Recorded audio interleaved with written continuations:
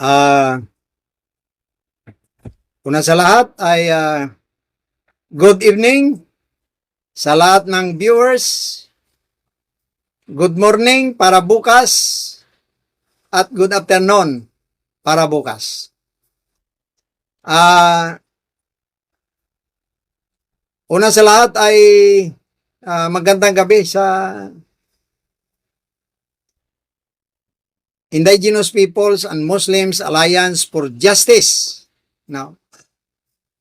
Economic and Cultural Advancement. Good evening sa lahat ng mga katutubong Pilipino, Luzon, Visayas, at Mindanao. So kagaya ng sinasabi ko ay araw-arawin ko na, no, na ipapalabas itong mga harassment, katiwalian na ginawa sa amin na mga IP. Ay kagaya ng sinabi ko, ang episode ko ngayon ay Batyawan, no, Tarlac. So ito ipapakita ko, no, ang mga kalunos-lunos na ginawa, no, sa amin, no, bilang katutubong Pilipino diyan sa Batyawan, Tarlac. Una ay gusto ko ipaabot, no, sa ahensya ng gobyerno. Lahat na yan, no, ahensya ng gobyerno, kasi nasa batas naman yan, obligasyon ng ahensya ng gobyerno ay tulungan talaga ang mga IP. Ganon din ang sinasabi ni President Marcos na tulungan talaga ang mga katutubong Pilipino. No, sa mga sinasabi ni President Marcos ay parang bulag, bingi itong mga tao niya sa ahensya na kung saan yan ang in charge sa amin. Okay. So bago ko ipagpapatuloy ay ipakita ko muna ito, no? Ang ginawa, no, ng mga land grabbers diyan sa Batyawan, Tarlac. Nawala silang kaawa-awa, no? Sinunog, no, itong ang mga tanim ng mga katutubo diyan sa Batyawan, Tarlac, no? Nakaraan pa ito, pero kagaya ng sinabi ko na araw-araw na ipalabas ko na ito ang mga kahayupan na ginawa ninyo sa mga katutubong Pilipino. So, ito muna, no? Ay ayan, no. Yan ang lugar sa Batyawan na may mga sagingan yan, may mga kamuti, may mga kangkong. Sinunog nila, no? Sinunog. And then, after pagsunog, ayan, no, yung mga pobreng mga tribo, tinuturo nila, no, ang sinunog. And then,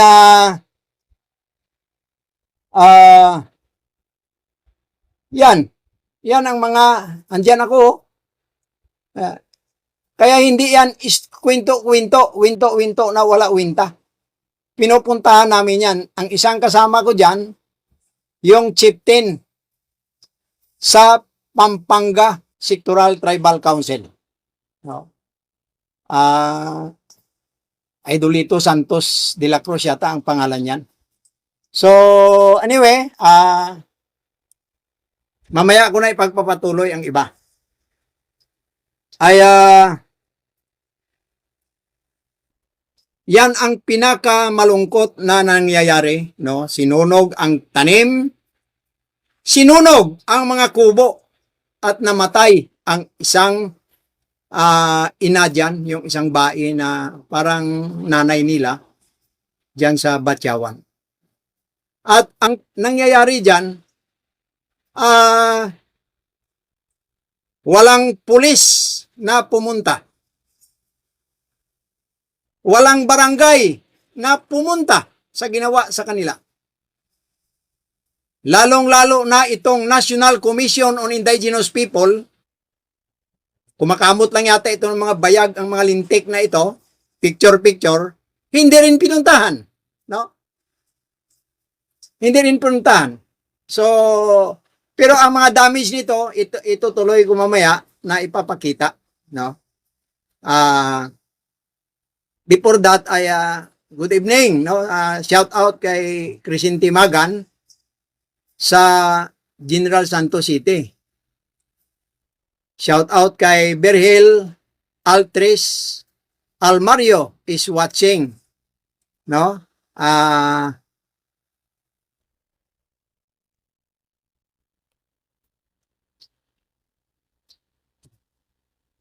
Good evening, no? Nax John Yakab is watching also.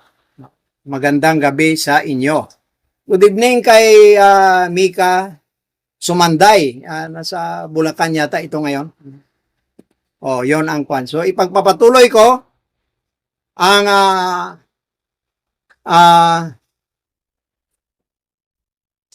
ipakita ko, no?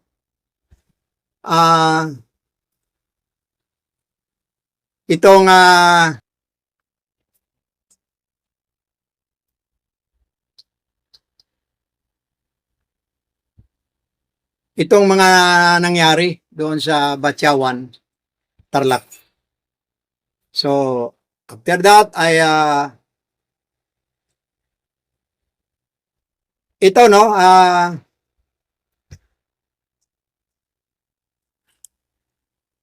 ito lang yata ang kubo na naiwan doon, no? Yan. Wala man sila maupuan, kaya umupo na lang kami diyan sa gilid ng bahay nila, no? So, and then ayan, no, ang kasama ko diyan ay mga Rotary Club of Makati. No, si Bingbing Robio, yung pinsan ko.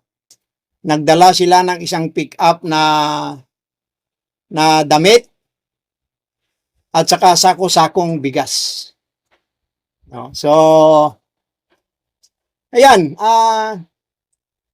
iba-iba mga private sector ang sumama dyan dahil nakita nila kalunos-lunos ang nangyari sa mga katutubong Pilipino dyan sa Batyawan, Tarlac. So, ngayon, ay ang tanong namin, no, umpisa nung mangyari yon ay nasaan ang ahensya ng gobyerno? Katulad ng NCIP na supposed to be, ay imbestigahan niya sino ang nagsunog, ano ang nangyari, sino ang pinatay. Wala kaming walang NCIP na pumunta doon. Sino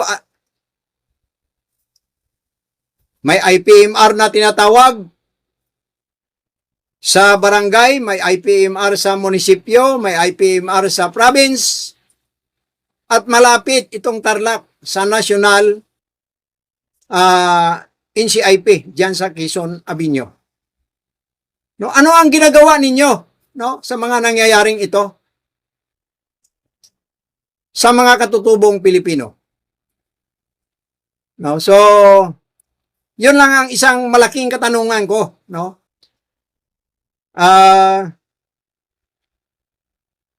Kami mismo ay kami, no? Umikot na sa buong Pilipinas at nakita namin ang mga kalunos-lunos na nangyayari sa mga katutubong Pilipino. Okay? Doon lang sa kwan, i-mention ko na rin, after Tarlac, kasi nandito man ang mga taga-Jinsan, kinasuhan ang itong regional director na si Soilo sa Region 12, kasama ang sa provincial NCIP. No? May mga kalti ng mga iyan, no? Pero hanggang ngayon iniikot-ikot nitong mga taga-NCIP na ito. Ano klaseng leadership yan? So ngayon ay ayan, nag-file sila ng kaso sa ombudsman. No, ang taga Jinsan, taga Sinawal yata yan. No, tapos itong si Cardo Clan ba yan, no, na tinulungan namin para magkaroon ng dokumento, madilinit at may sketch plan, ayun, dinimulis. Kasi nakikonsabahan siya sa land grabbers at saka sa NCIP mismo, no? Ang ginagawa nila, money making. Simple lang, no? Ito lang.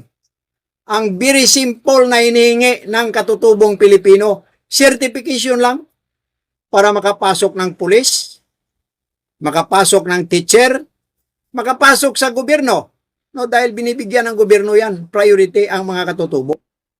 Pero itong mga hinayupak na mga taga-NCIP na ito, no, lahatin ko na kayo lahat.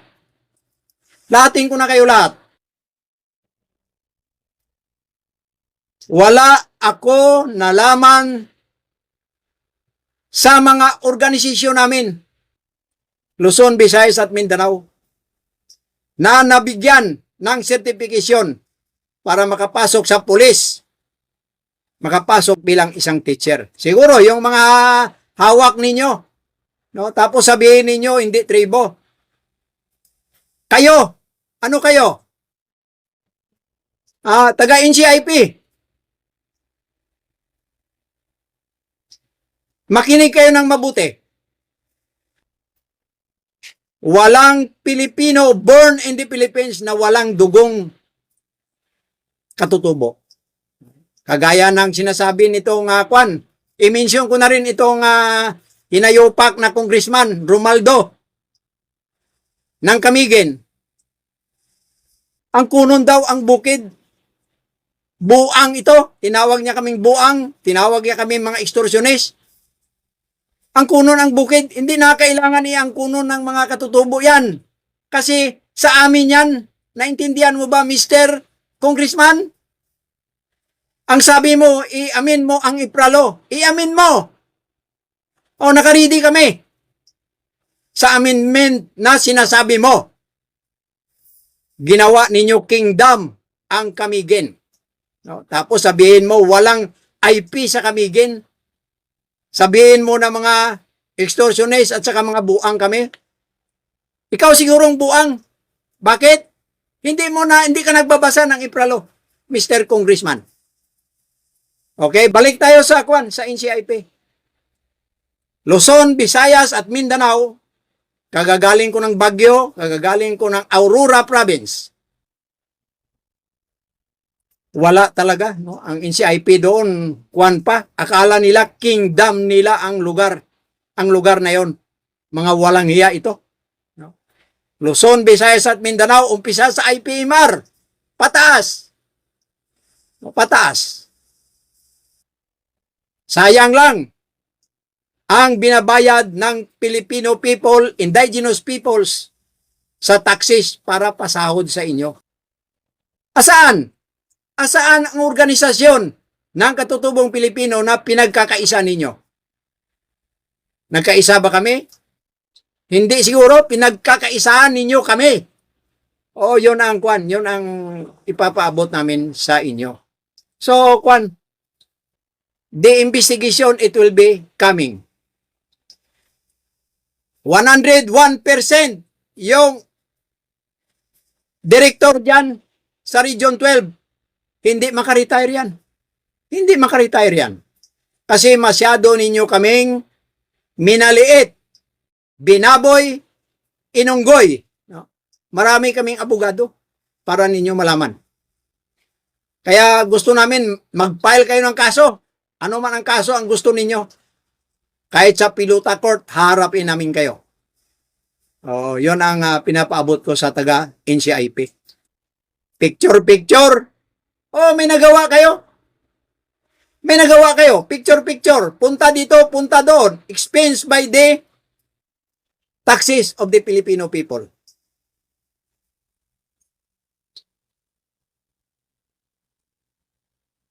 Yon ang pinapaabot ko sa taga NCIP na dapat ang trabaho ninyo magampanan at dapat magkaisa kami, pero hindi nyo hindi nyo magawa dahil ano? Oh, yun hindi nyo magawa.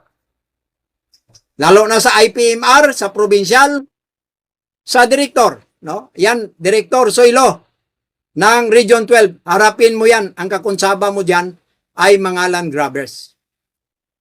Yan, nasakwa na yan. Ngayon ay nagpa-receive sila, iwan ko kung matutulungan sila ni Rapi Tulfo, itong mga senador, no? Na ang puso daw nila ay para sa mga IP, para sa mga mahihirap. Hindi ko alam kung tutulungan nila itong mga katutubong ito sa investigasyon. So pwede mapatawag dyan lahat, no? Umpisa sa ROD, sa DENR, sa DAR, o itong mga inayupak na ito, na mga land grabbers na ito. So, the investigation, it will be coming. So, hindi ko na pahabain ito, no? Ay, ang next topic or episode na ilahad ko ay ang Pampanga, lalo na itong Clark. No? Binaboy ninyo ang mga katutubo dyan. Kasama na itong mga, masabi ko, mga putang inang mga tribal dealer na ito. No? O kayong mga tribal dealer, no?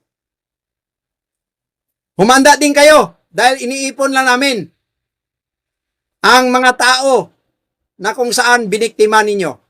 O humanda din kayo. Magaling lang kayo gawa ng dokumento na pagdating ng demolition team, hindi magamit ang dokumento ninyo. O, yun lang aking pinapabot dyan. So, Tarlac episode, no? Ang kasunod, Pampanga episode. Ipakita ko rin ang picture, yung mga meeting namin dyan sa mga AITA. So, hindi ko napabayin ito at diyan pinakita ko naman kung paano binaboy, sinunog sa Batyawan, no? Itong mga katutubo dyan, namatay pa ang kanilang ina, no? Namatay pa dahil sa walang gobyerno or NCIP na nagpunta dyan. So, yun lang aking maipapabot at good evening sa atin lahat.